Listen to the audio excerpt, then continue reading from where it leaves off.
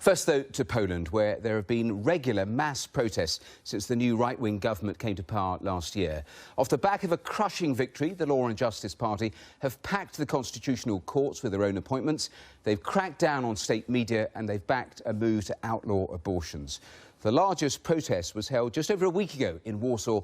250,000 were on the streets, and it was led by Petru, the leader of a new opposition party, Nowoczesna. And I'm delighted to say that Mr. Petru joins us live here in the studio. Thank you so much for being with us here on Global. How worried should we be about what is happening politically in Poland at the moment? I'm a bit worried, but as you could see, that 250,000 people gathered in Warsaw. It was the biggest demonstration since collapse of the communists. So people are also worried, but it was a positive demonstration, peaceful one. It is the way how you want to show that you do not agree with this kind of policy you just described. Okay, I'm a member of parliament, but as a minority, you cannot stop something which is done by majority, especially in the situation when they break the constitution and the constitutional court is simply not functioning. So whatever I do, whatever we ask the constitutional court, you will probably wait 4 years for the solution. The other way, so if we are not able to be, effective in parliament, we go to the streets peacefully. It's important, peacefully. Well, for now, and we will watch over the coming months, because that is one of the fears. But you talked about the moves against the constitutional courts. We mentioned in the introduction the moves against the media.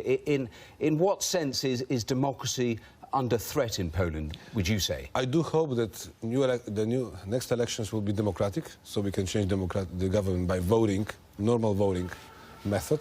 But this is my hope, of course. I cannot assure you 100%. But the key thing is the Constitutional Court, because if Constitutional Court is functioning, then we can always ask the Constitutional Court, what do they think about abortion law? What do they think about, surveillance law? What do they think about media law, that politicize the media?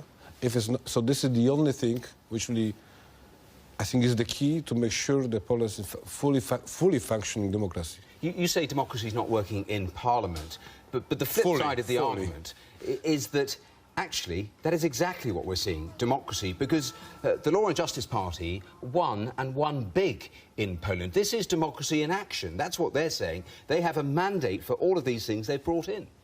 They received 37.5%, so it's not 50 plus, right? And they have majority, but majority is does not justify breaking the constitution. But that's how democracies work. But if you break the constitution, in order to change the constitution in my country, you need 2/3 instead of 50%. So simply breaking the constitution, they break the rule of law. And we are protesting on it, and I hope that we're going to be effective at the end of the day. And you talk about effectiveness. Isn't one of the problems for the opposition? It is. Is that you're split. You have a party that's been only going for about a year. It's True. A new party, and you're split with Civic Platform. That is a problem, isn't it, in taking on a government that is doing the things that you don't like? Last week, during this protest, 9 days ago, I said, speaking at the square, as you could, I said we can be united if elections are to come. So we are split because we're different, but if elections are to come, and it's the only way how we can win with this current government, we can be united, and I think I can promise you this now. In terms of policies, you mentioned the abortion bill, the plan to make it illegal to actually have an abortion in any type of abortion. Yep. That is a move that is openly talked about by the Catholic Church. We had pictures of women walking out of a church service. In terms of you personally, do you think that at the moment the Catholic Church has too much political influence inside of Poland? I would say that too many people, too many bishops in the Catholic Church, they would love to have it, but maybe not all of them. But the abortion law is the good example of it. It goes too far. Because if the pregnancy threatens the life does their influence go too far as well? Yeah, but this law, it will not be proposed by the parliament, but it will go through in different way, meaning 100 signatures would be enough to, this law should be discussed in parliament. But I do agree it goes too far, but as you could look at the polls, people are not happy with this kind of idea, so that you would not be able to make abortion even if it threatens the life of the mother. But you would say to the Catholic Church, perhaps it is a time to take a step back. I agree. Let's talk about migration as well, because Poland was supposed to take 7,000 migrants. That was agreed with the EU. That, of course, went away after the Brussels attack. If you were in charge of a government in Poland, would you be taking that sort of numbers into your country? Listen, but it was then automatic reallocation, as you might recall. Now there is nothing like this. There are no migrants in Poland so far, so we are not the country which usually absorbs migrants. And frankly speaking, they would prefer to go to Germany. But the point is, everyone within Europe is supposed to be doing their bit. Yeah, but the issue is that I would prefer to do it voluntarily. And this, I think this is the key. And so voluntarily? Voluntarily, yes. 7,000, 10,000, whatever the number is? No, I mean, you have to make sure that you are prepared to make it happen. You have schools, you have, space for it. And I'm not sure... It's a big country, though, Poland, and 7,000 is a small number. It's extremely small. We did accept 80,000 Chechen people some time ago. It was not a problem. But this time it's very politicized, so... Well, I'm asking you not to be politicized. I'm saying to you, would you take voluntary those sorts of numbers of people, given the charges that politicians, like Hungary, have somehow latched onto this and played and pandered to a public mood? Listen, but there are no migrants in Poland, so I would say we are able to take 7,000, but in the proper manner. This would be my answer. But please understand the traffic goes through other countries than Poland. If they are in Poland, usually we would love to go to Germany, which is a bit more richer country than my country is.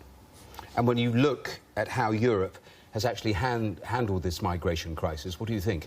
I think it was mismanagement to some extent. But do you remember at the beginning I was for it, but then we were all surprised about 1.5 million people coming in, and now we are doing everything to stop too many people to come in. So asylum policy, one, should be in all Europe. Second, we have to make sure that we are able to protect borders. And finally, we have to make sure that we can absorb those migrants which are really migrants, but not economic migrants, because Europe is not able to absorb another 1.5 million a year. Just a final question on a different topic, because, I mean, Poland has been such an important EU member, but also within NATO, you've just broken ground on the latest part of the American missile defence system, which, of course, is hugely contentious with your neighbour, Russia, right, and Vladimir Putin. You will know all the things he's said about that. Do you feel in any way nervous about angering the Russians, given what we've seen in Crimea? Listen, of course, this what happened in Crimea shows that the world is different than we thought before. But on this ground, I would say I wouldn't be so much worried about making Putin angry. We have to be tough with him, but you have to talk to him. And I'm pretty sure that NATO has to make its own decision, no matter what Mr. Putin thinks. And just to bring us full circle, there are worries that Poland is going rogue. That's one of the quotes I read today in terms of just the whole push of this current government. In terms of actually being able to challenge that, how realistic do you think it is that this government won't be in office, pushing through all of these things for quite a long period to come now? I'm pretty sure that it will not take longer than 3.5 years up to next elections. And more people who are against the current government than supporting it. It was the issue you just asked before, whether the opposition is able to unite. In my view, it is, when elections are to come, and there are more of us, and the protest on the streets shows that there are more and more people coming in. 250,000 is a big number, and I can't remember such a number before the collapse of communism. So I would say today I'm a bit worried. Longer term, I'm optimist. Longer term means not longer than 3.5 years. All right. Well, Mr. Petru, thank you so much for coming in to talk to us. Thank you. Well, do stay with us, because still to come here on the programme.